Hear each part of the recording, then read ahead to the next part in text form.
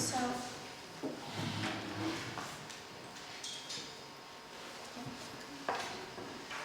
Thank you. Many interesting papers. I have a specific question to the Gugushvili and Kaiser paper about, so you do this assessment only at the national level, if I understand.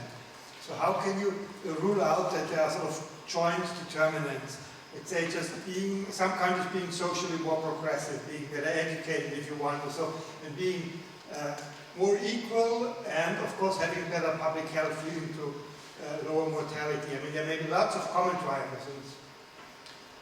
Yes, we understand there are many country-level drivers of mortality, and the methodology we address with country fixed effects, age fixed effects, and year fixed effects. So we try to account everything in national level models. But we understand that we can replace this fixed effect with many measures, as you're suggesting, welfare state expenditure, and many others, which is future step. Thank you. More questions?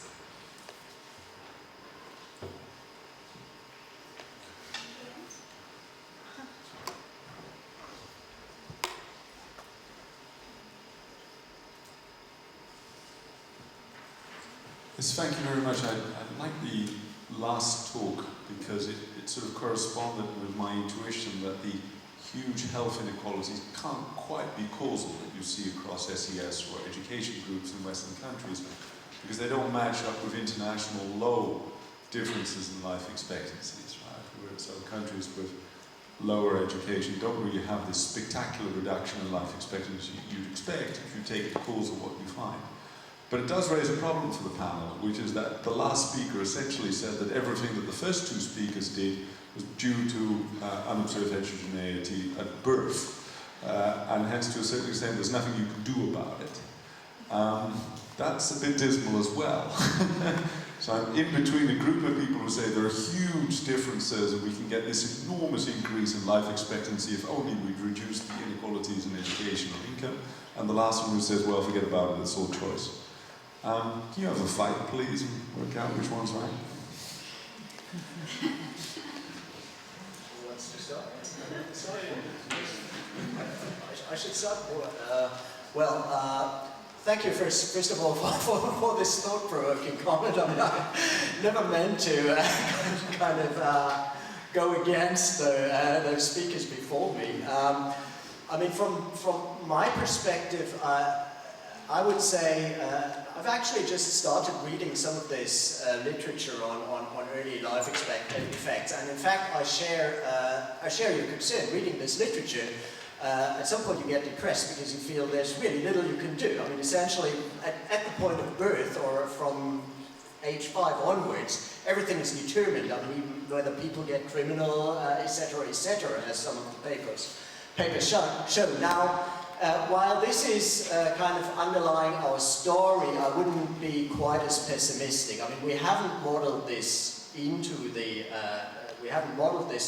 current kind of setting, but of course, the constraints which the individual faces, the cost of education, for instance, or the disutility they have from schooling, these are modifiable by policies, and in fact, it's one plan to develop our work further to actually study the role of policies in kind of moderating these effects and hopefully getting to some better outcomes than we observe. I mean, better in terms of inequality. But I pass on to the other speakers to comment on this as well. Well, not sure I got exactly the question, but yeah, I am also probably using education as a measurement of socioeconomic status, of course, and as I said, we also try to make the same using income quantiles, but well, my problem, my concern using income is that the results are much less stable. I don't know if this is because, of course, education has a different meaning. My concern is also that education has a different meaning in different countries in terms, if we compare Italy, Germany, and Bulgaria, and so it is quite different. Not sure this answers your question, but so this. questions or comments? There are 4 minutes of discussion before dessert.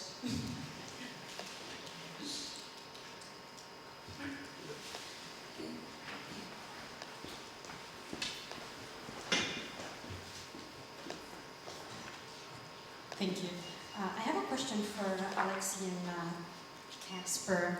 In your slide, it went a little fast, but you were talking about mean parental SES, or including in your measure some information about the level where children, the SES level when children were born and where they managed to get when they were older. Did you, and you called it parental, did you include both information about the mother and the father, or only one of the two, and why? And if you think there would be differences if you look only at mothers versus only at, if you distinguish between the two. And I'm asking this because of the new path of thinking, if you're familiar with McLaren and the divergent destinies thesis, arguing that now we see a lot of increase in income and SES. The differences are growing because women that have higher education marry higher educated men. So I want to hear your thoughts about that.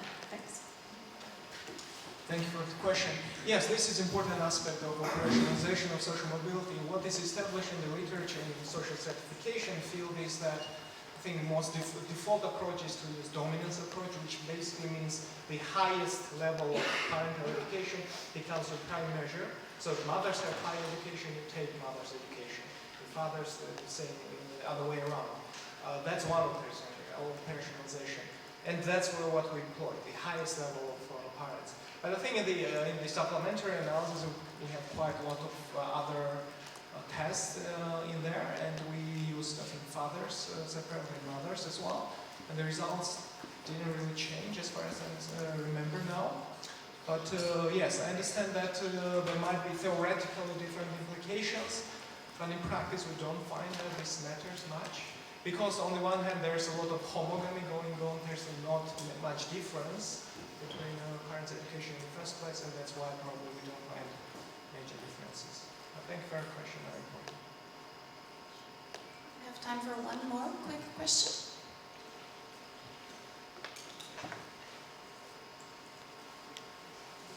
Yes, would you like to comment on that? Us, actually. So directly to my neighbor on the right, Alexi.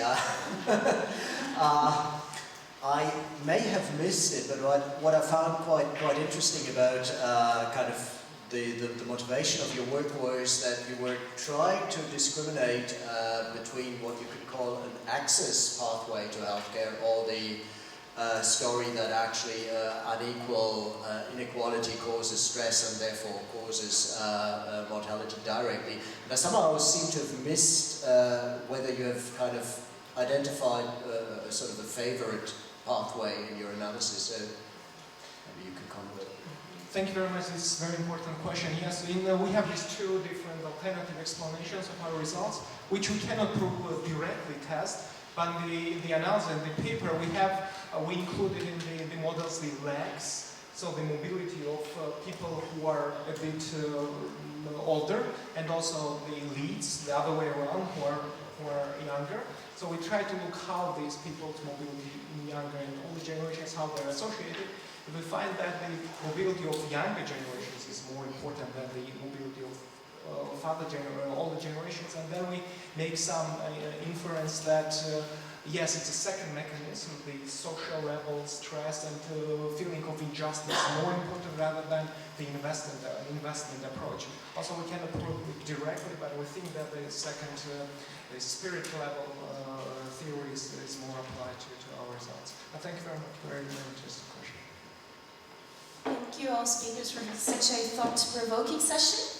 And I would ask everyone to gather around at the entrance of the seminar room so we can have a group photo before the break. Thank you.